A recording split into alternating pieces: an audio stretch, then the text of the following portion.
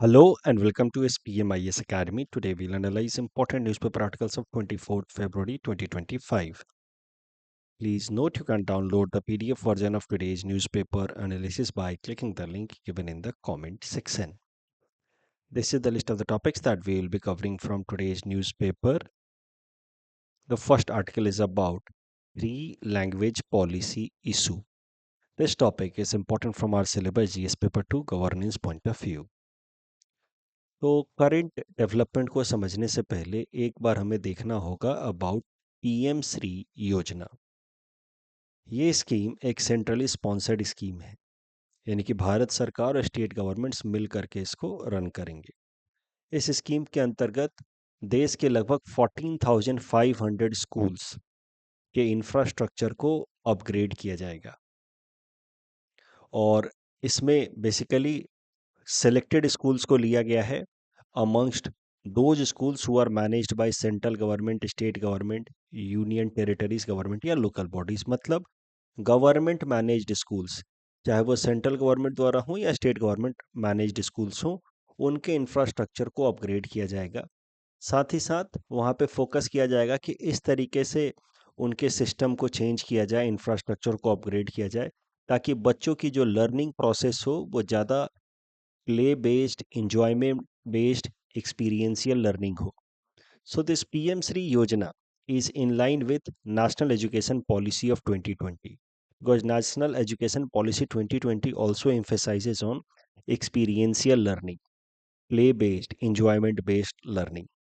PM Sri योजना central sponsored scheme है, तो 60% फंडिंग इसका सेंट्रल गवर्नमेंट की तरफ से आएगा, 40% फ्रॉम द स्टेट गवर्नमेंट।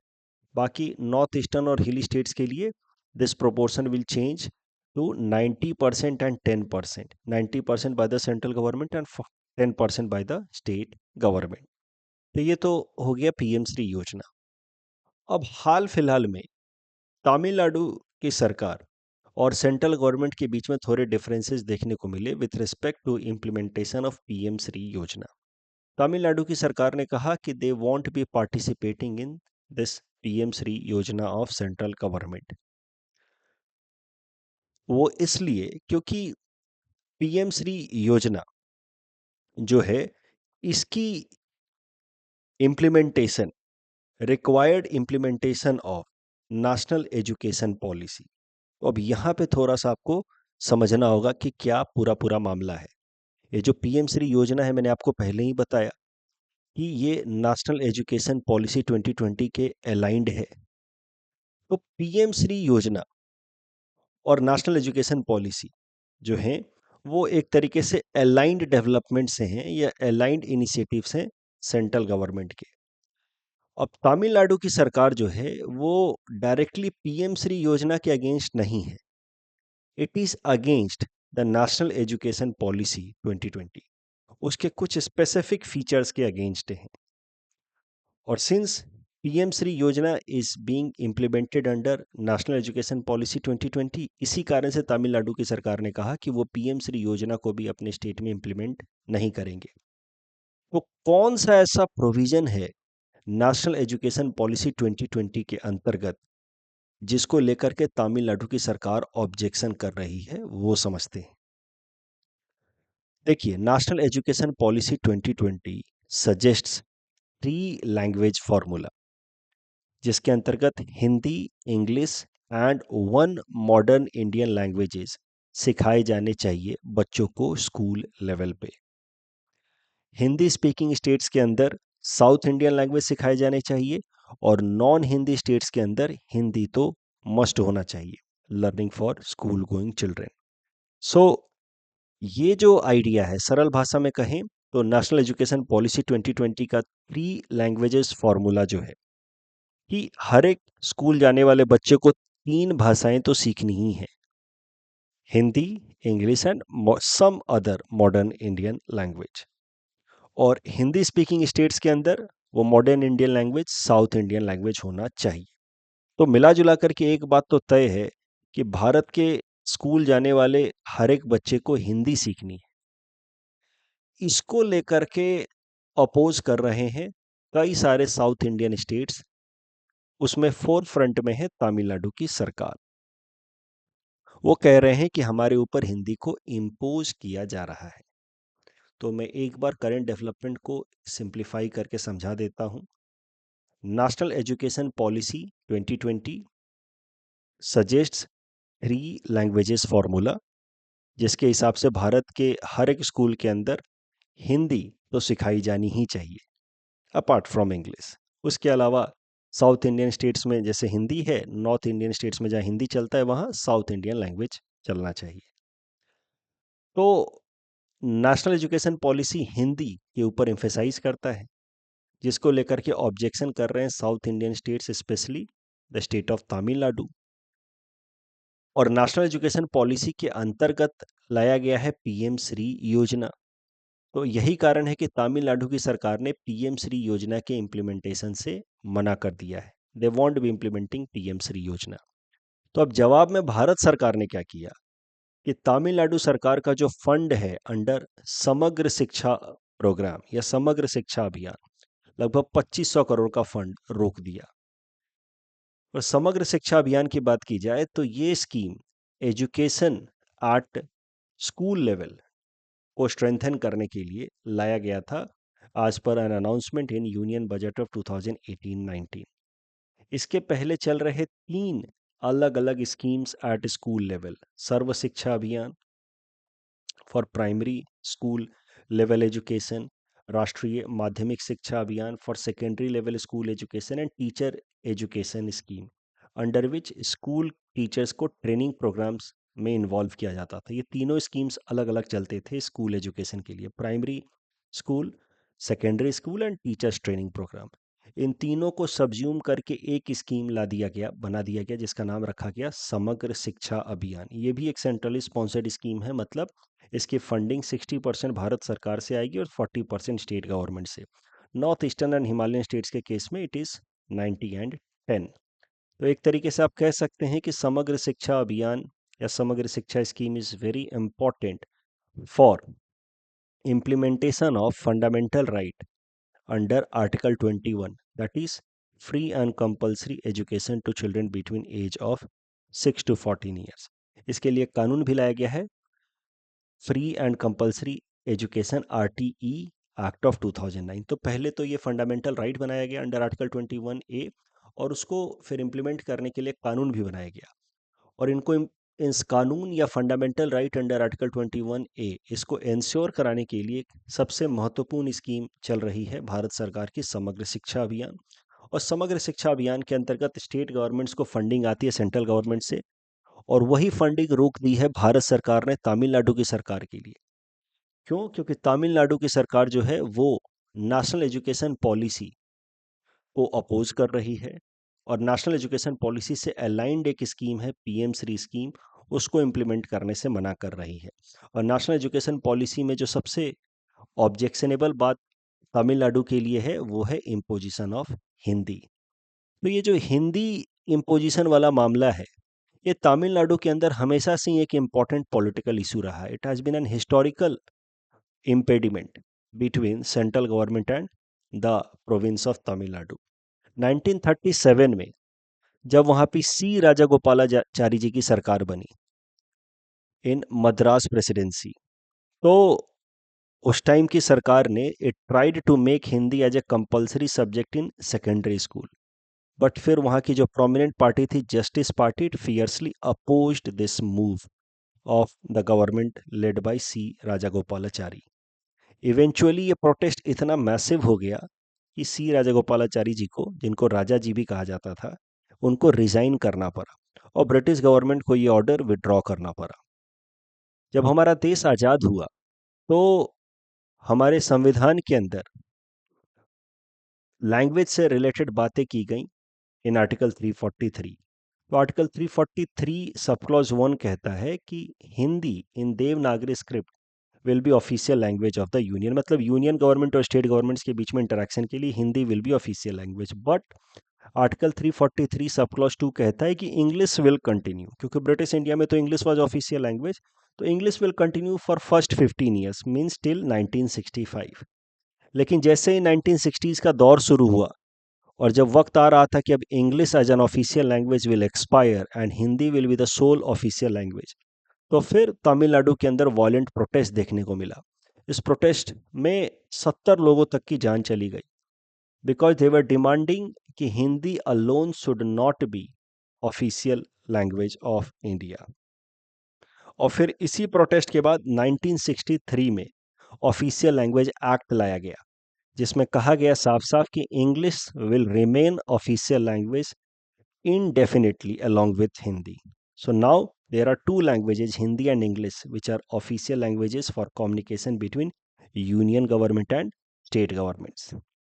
तो तमिलनाडु के अंदर खासकर, वैसे तो सारे साउथ इंडियन स्टेट्स में है, बट तमिलनाडु के अंदर खासकर हिंदी को लेकर के स्ट्रॉन्ग अपोजिशन देखने को मिलता है। वहाँ पे दो मुख्य पार्टीज हैं, डीएमके एंड एआईएडीएमके। नॉर्मली ये तो एक दूसरे के अगेंस्ट रहती हैं, बट ये हिंदी वाले इशू पे दोनों बिल्कुल साथ में आ जाते हैं। And they have always been discarding three languages formula. They always support two languages. They follow two languages. One is Tamil and second is English. So three languages formula को हमेशा से अपोज किया जाता रहा है तमिलनाडु के अंदर। दे बिलीव कि it will ultimately lead to dominance of Hindi speakers in their region. School level पे एजुकेशन की बात की जाए तो जो तमिल टीचर्स हैं, उनको लगता है कि धीरे धीरे हिंदी स्पीकिंग टीचर जो हैं वो उनकी जॉब्स को खा जाएंगे, उनके जॉब्स को अल्टीमेटली ले लेंगे। साथ ही साथ it will lead to infringement of the states autonomy in education segment mainly. It will lead to loss of employment opportunities also for the locals if they allow Hindi to become an official language. और यही कारण है कि हमेशा ही वहाँ पे protest चलता रहा है हिंदी को लेकर के। थ्री लैंग्वेजेस फार्मूला जिसकी बात एनईपी में की गई है, उसको वो स्ट्रांगली अपोज कर रहे हैं, and that is the reason why they are opposing entire NEP. NEP से संबंधित जो पीएम श्री योजना है उसको भी अपोज कर रहे हैं। यहाँ पे आप देख सकते हैं पॉलिटिकल पार्टी के जो भी एक्टिविस्ट्स हैं अलग अलग रेलवे स्टेशन पे, हाल फिलहाल में जब से ये मामला वापस से राइज हुआ है, अलग अलग स्टेशन पे जाकर के और हिंदी में लिखा हुआ जो स्टेशन का नाम है उसको डिफेस करने की कोशिश कर रहे हैं, उस साइनेज को डिफेस करने की कोशिश कर रहे हैं। एक बात आपको इस पूरे कॉन्टेक्स्ट में और जाननी चाहिए कि article 351 of the Indian constitution, it directs the union government to promote and develop Hindi as a means of expression across the country in order to promote composite culture of the country. सरल भाषा में कहें तो भारत सरकार को एक तरीके से डायरेक्टिव्स दिया गया है। It is a directive to the government of India but not under part 4 by the constitution makers कि over a period of time you have to develop Hindi as a common means of communication amongst the people of India. तब जाकर के हमारे देश की unity and integrity को बल मिलेगा, सपोर्ट मिलेगा। But none of this approach और attempt should be seen as an act of imposition. तो भारत सरकार को ज़रूरत है कि लोगों को कन्विंस करके, समझा करके धीरे धीरे हिंदी को डेवलप करें। इस लाइन में एक इम्पॉर्टेंट स्टेप हो सकता है हाल फिलहाल में जो काशी तमिल संगमम लायक किया गया है, जो कल्चरल इंटरेक्शन को प्रमोट करने की कोशिश की जा रही है between north and south India. तो इस तरीके से ये इनिशिएटिव्स ले लेकर के धीरे धीरे इंटीग्रेशन को प्रमोट करना होगा। No action should be seen as an act of imposition. इस डिस्कशन के बेसिस पे प्रीलिम्स प्रैक्टिस क्वेश्चन हमने आपको दे रखा है। Please attempt this question and submit the answer in the comment section. ऐसा प्रश्न आपसे मेंस में पूछा जा सकता है हिंदी लैंग्वेज इम्पोजिशन को लेकर के, felt by the non Hindi speaking states. इसको लेकर के क्या चैलेंजेस हैं, क्या सॉल्यूशंस हो सकते हैं। तो मैंने आपको जो डिस्कशन दिया है उसके बेसिस पे आप पूरा पूरा आंसर फ्रेम कर सकते हैं। पहले खुद के लेवल पे आंसर फ्रेम कीजिए and then try to see the hints. हो सकता है थोड़े बहुत नए पॉइंट्स भी मिल जाए, बट मुझे नहीं लगता है कि कुछ भी नया पॉइंट मैंने यहाँ पे इस्तेमाल किया है। जो एग्जिस्टिंग पॉइंट्स हमने डिस्कस किए उसके बेसिस पे आप ये आंसर बना सकते हैं। The next article is about bay of Bengal inter governmental organization, IGO. International institutions perspective से ये टॉपिक इंपॉर्टेंट हो सकता है, भले सीधा सीधा मेंस में ना आए, बट कहीं आप अपने आंसर को सब्सटेंशिएट करने में पासिंग रेफरेंस दे सकते हैं इस ऑर्गेनाइजेशन का। Bay of Bengal program for inter governmental organization एक रीजनल फिशरीज एडवाइजरी बॉडी है जिसको साल 2003 में बनाया गया। इसके जो मेन मेंबर कंट्रीज हैं यानी कि कॉन्ट्रैक्टिंग पार्टीज हैं, जो ऑफिशियली इसके मेंबर हैं वो बांग्लादेश, इंडिया, मालदीव्स एंड श्रीलंका। और non contracting but cooperating parties हैं Indonesia, Malaysia, Myanmar and Thailand. तो मेंस में कहाँ इसका इस्तेमाल होगा वो जरा देख लीजिए। भारत और श्रीलंका के बीच में फिशरीज को लेकर के, फिशरमैन इश्यूज को लेकर के हमेशा ही एक मेजर कंसर्न बना रहता है। कई सारे इंडियन फिशरमैन जो हैं वो बहुत बार international maritime boundary between India and Sri Lanka को क्रॉस करके श्रीलंकन वाटर्स में चले जाते हैं और फिर वहाँ उनको श्रीलंकन नेवी अरेस्ट कर लेती है। कई सालों तक वो श्रीलंकन जेल्स में रहते हैं और ये एक मेजर इशू है बिटवीन इंडिया एंड श्रीलंका। फिर भारत सरकार रिक्वेस्ट करती है कि हमारे फिशरमैन को आप छोड़ दें। श्रीलंका की सरकार कहती है कि बार बार ये वाटर क्रॉस करके आते क्यों हैं, ये कंसर्न बना रहा है। तो इसमें आप लिख सकते हैं कि there is one platform, international platform, bay of Bengal intergovernmental organization which could be utilized properly in order to address this issue of fishermen from India crossing international maritime boundary. वापस इस मुद्दे पे आते हैं। इस ऑर्गेनाइजेशन को साल 2003 में बनाया गया था। इसका मेन मकसद है to promote cooperation amongst the member countries to promote sustainable coastal fishing development and management of bay of Bengal reason.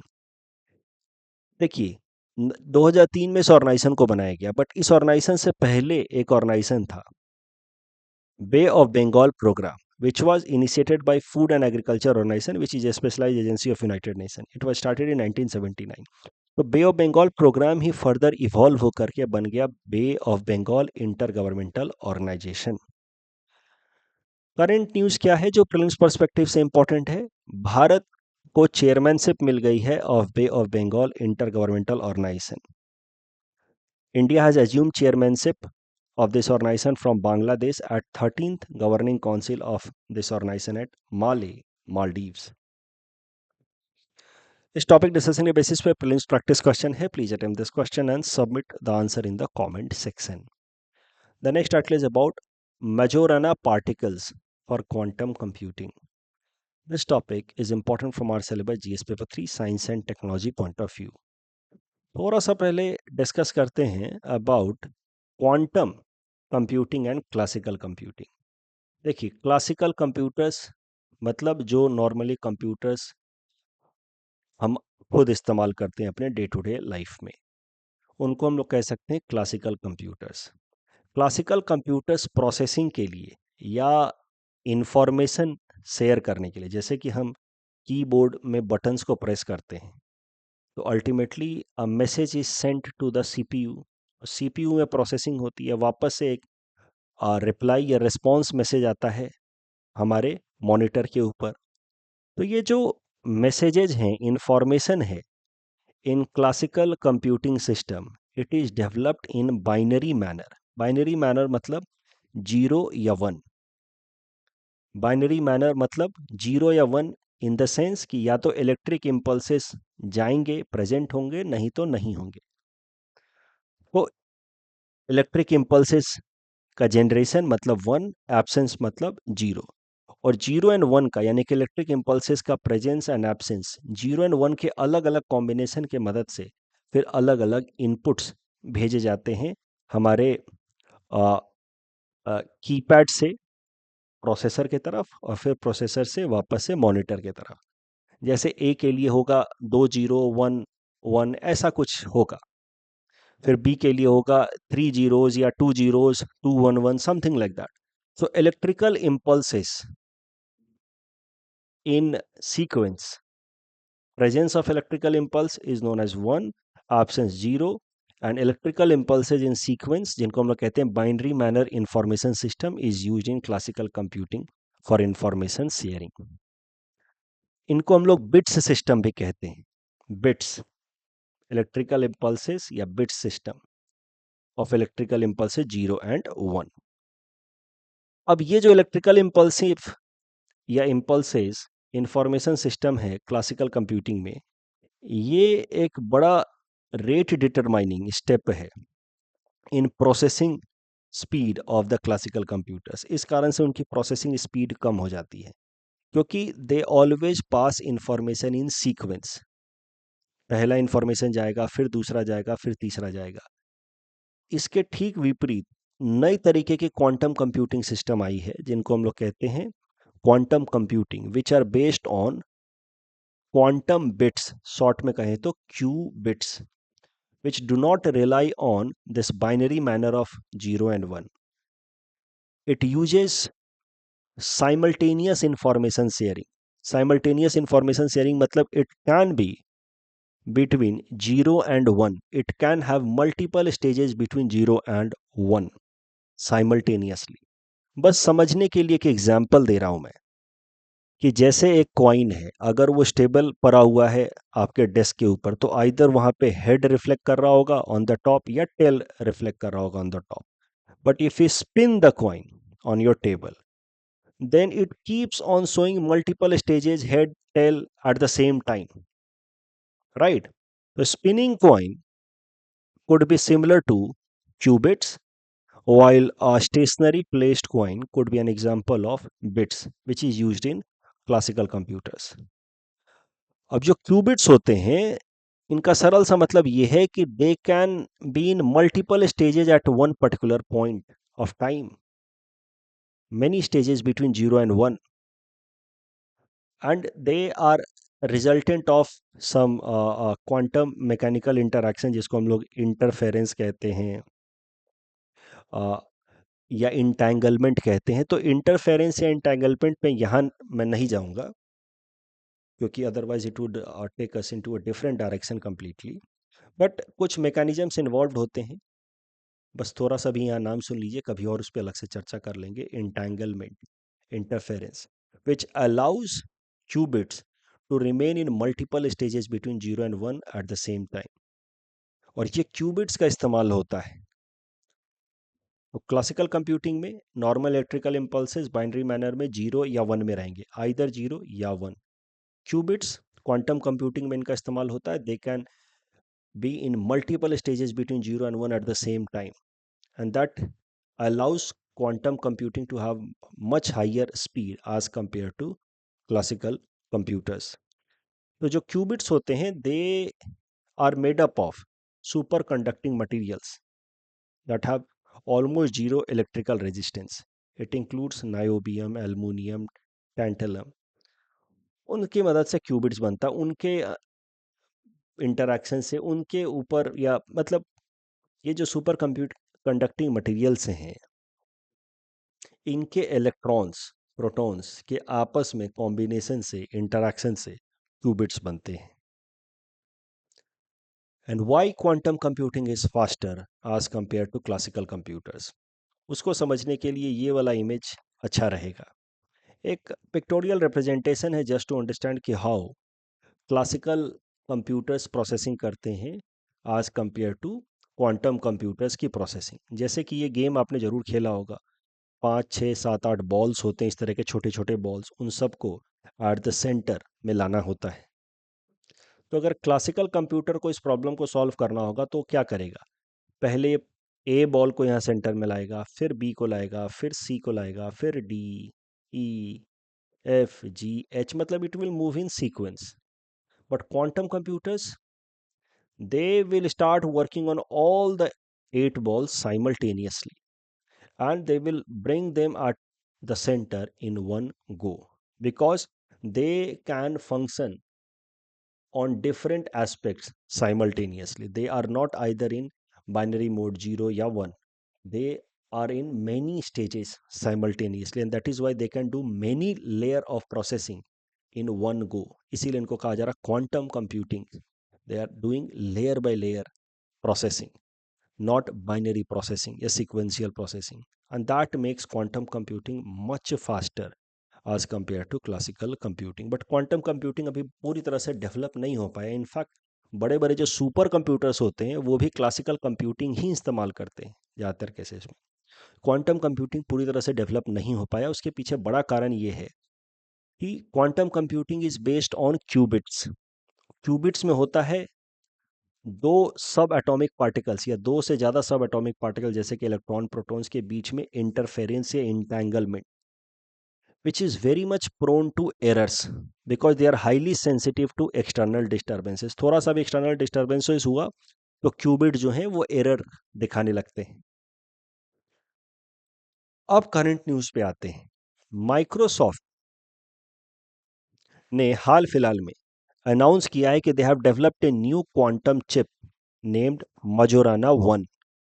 ये मजोराना वन जो है it is made up of 4 quantum bits. ये 4 क्वांटम बिट्स के आपस में entanglement की मदद से ये मजोराना वन नाम का क्वांटम चिप बना है।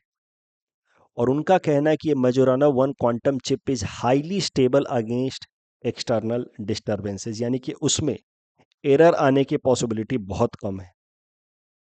और अगर ये बात सच है तो इसके बाद आप उम्मीद कर सकते हैं कि quantum computing will scale up at a much faster pace.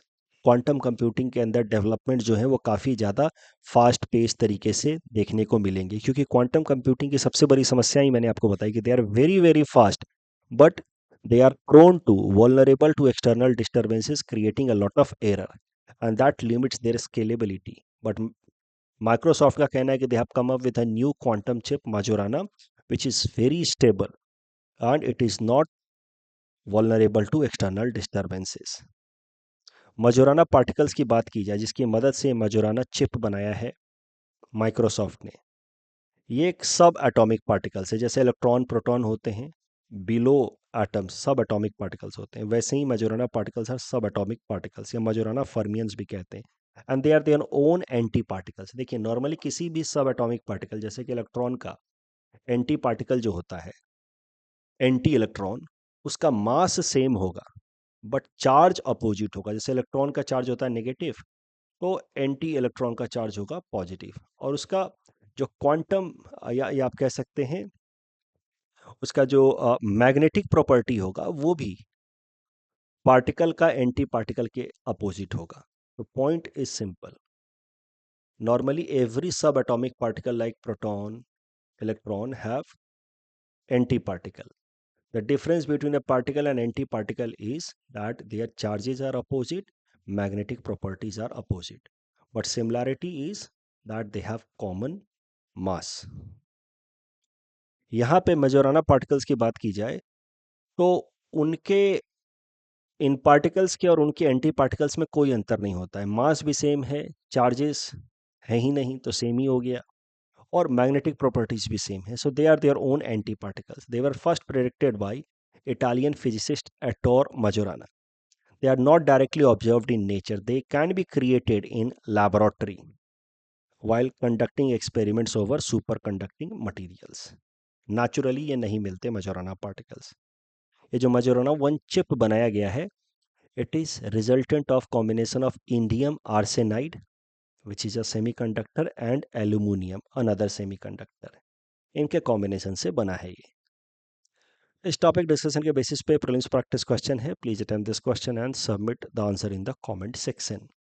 The next article is about servicification of manufacturing sector on the rise. This topic is important for my syllabus GS paper 3 Indian economy point of view.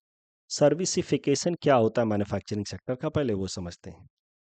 It is a process जहाँ पे किसी भी manufacturing sector में अब ज़्यादा से ज़्यादा service sector का इंटीग्रेशन होना शुरू हो जाए। एग्जाम्पल की मदद समझते हैं। जब कोई एक मैन्युफैक्चरिंग कंपनी है, मान लीजिए कि टीवी टेलीविजन सेट बनाने वाली मैन्युफैक्चरिंग कंपनी है, when it starts offering many value added services such as maintenance, annual maintenance, consulting कि कैसे उसको उसके पिक्चराइजेशन को बेहतर किया जा सकता है, कस्टमाइजेशन, अदर डिजिटल सॉल्यूशंस की कैसे उसमें नए नए ओटीपीज आप डाउनलोड कर सकते हैं, तो फिर इस फिनोमेना को कहा जाता है सर्विसिफिकेशन ऑफ मैन्युफैक्चरिंग। सिंपल भाषा में मैन्युफैक्चरिंग कंपनियां जब ज़्यादा से ज़्यादा एडेड सर्विसेज अपने साथ प्रोवाइड करने लगें तो उसको कहा जाता है servicification of manufacturing. Servicification of manufacturing is on the rise because of consumer preferences and competitive pressure. आप नहीं करेंगे तो कोई और मैन्युफैक्चरिंग कंपनी दे देगी तो उसको एडवांटेज हो जाएगा। Benefits of servicification are simple, customer retention में फ़ायदा होता है, मैन्युफैक्चरिंग कंपनियों को कस्टमर सेटिस्फैक्शन में अच्छा रहता है। It is also helping them to increase their revenue. Servicification of manufacturing, I hope आपको बात समझ आ गई। Where manufacturing sector is supplying और providing many added services over and above their manufactured product to their customers. अब current context पे आते हैं। इकोनॉमिक सर्वे जो हाल फिलहाल में रखा गया उसमें एक आर्गुमेंट रखा गया कि in current times companies corporates are witnessing higher profit margin but उस हिसाब से उन्होंने वेजेज नहीं बढ़ाए हैं अपने वर्कर्स का। इस कारण से ओवरऑल इकोनॉमी के अंदर डिमांड जो है वो कॉन्ट्रैक्ट हो रहा है, क्योंकि वर्कर्स का वेजेस बढ़ नहीं रहा है, तो डिमांड कैसे बढ़ेगा। इस पे confederation of Indian industry CII के प्रेसिडेंट संजीव पुरी साहब ने रिस्पॉन्ड करते हुए कहा कि ये बात पूरी तरह से सही नहीं है कि कंपनियां जो हैं वो सिर्फ अपना प्रॉफिट बढ़ा रही हैं और वर्कर्स का वेजेस नहीं बढ़ा रही। वर्कर्स का वेजेस बढ़ाया जा रहा है, बट जैसा पहले बढ़ता था वैसे नहीं बढ़ रहा है अब। और उसके पीछे कारण है सर्विसिफिकेशन ऑफ मैन्युफैक्चरिंग सेक्टर। अब जो मैन्युफैक्चरिंग कंपनियां हैं वो इन हाउस वर्कर्स का बहुत ज़्यादा इस्तेमाल कर ही नहीं रही हैं। अब वो बहुत सारे सर्विसेज जो हैं वो आउटसोर्स कर ले रही हैं from other service providing companies. जैसे जो टीवी वाला एग्जांपल हमने दिया, तो पहले अगर थोड़ा बहुत सर्विस प्रोवाइड करना होता था तो कंपनी अपने खुद के इन हाउस वर्कर्स को भेजती थी। लेकिन अब कैसा है कि बाहर से ही किसी सर्विस प्रोवाइडिंग कंपनी को ये आउटसोर्स कर दिया जाता है काम की, हम ये टीवी बेच रहे हैं, आप एडेड ये सर्विस दे देना मेरे कस्टमर को। तो now the firms are outsourcing many service providers. Why? Because this is the time of servicification of manufacturing, and if you do not provide services along with your product, then you will lose the business. अब सर्विसिफिकेशन of manufacturing कारण outside services बहुत सारी ले रही हैं कंपनियां। इन house workers का अब उतना इस्तेमाल हो नहीं रहा है, that is why in house workers are not getting the hike nowadays that hike they used to get earlier. तो जितना हाइक पहले इन हाउस वर्कर्स को मिलता था अब उतना नहीं मिल रहा है, ये बात सत्य है। संजीव पुरी साहब ने कहा क्योंकि अब इन हाउस वर्कर्स का उतना काम ही नहीं है। अब बहुत सारे सर्विसेज जो हैं आउटसोर्स हो रहे हैं, और सर्विसेज आउटसोर्स होने के पीछे कारण है rise in servicification of manufacturing, and that is the reason why the rise in wages of in-house workers in manufacturing sector has not been the way it was earlier. But it is not true कि rise in wages have not been there, जैसा economic survey ने कहा है। Economic survey कहना है कि rise in wages उस हिसाब से नहीं है। सीआईआई के प्रेसिडेंट ने कहना है कि राइज इन वेजेज है, बट जो पहले हुआ करता था, सर्विफिकेशन से पहले हुआ करता तो उतना नहीं है। इकोनॉमिक सर्वे कह रहा है कि बिल्कुल नहीं है, कॉर्पोरेट्स प्रॉफिट पे ज़्यादा ध्यान दे रहे हैं और अपने वर्कर्स के वेजेस को नहीं बढ़ा रहे हैं। So there is the difference. Why I am covering this, because मुझे लगता है कि प्रीलिम्स में आपसे सीधा सीधा पूछ लेंगे कि what is the meaning of servicification of manufacturing sector, या उस पर ऐसा स्टेटमेंट बेस्ड प्रश्न बना करके दे देंगे। ये जो बहस हुई इकोनॉमिक सर्वे के ऊपर आर्ग्यू किया सीआईआई प्रेसिडेंट साहब ने, ये भले ना पूछें बट प्रीलिम्स में सर्विसिफिकेशन ऑफ मैन्युफैक्चरिंग सेक्टर क्या होता है उस कॉन्सेप्ट पे प्रश्न आ सकता है। So please attempt this question and submit the answer in the comment section. यहाँ पे दूसरा स्टेटमेंट गलत है, पहला तो सही है, सीधा सीधा पहला स्टेटमेंट सही, बट दूसरा गलत है क्योंकि it will help in increasing the liquidity not absorbing the liquidity, this USD INR buy sell swap auction. Traffic, पहला स्टेटमेंट गलत है, आईयूसीएन वगैरह ने एंड डब्ल्यूडब्ल्यूएफ ने मिलकर बनाया, दूसरा सही है। Insurance regulatory development authority of India से रिलेटेड दोनों स्टेटमेंट सही हैं। इंश्योरेंस एक्ट से रिलेटेड दोनों स्टेटमेंट सही हैं। That's all from our side for today, thanks for watching.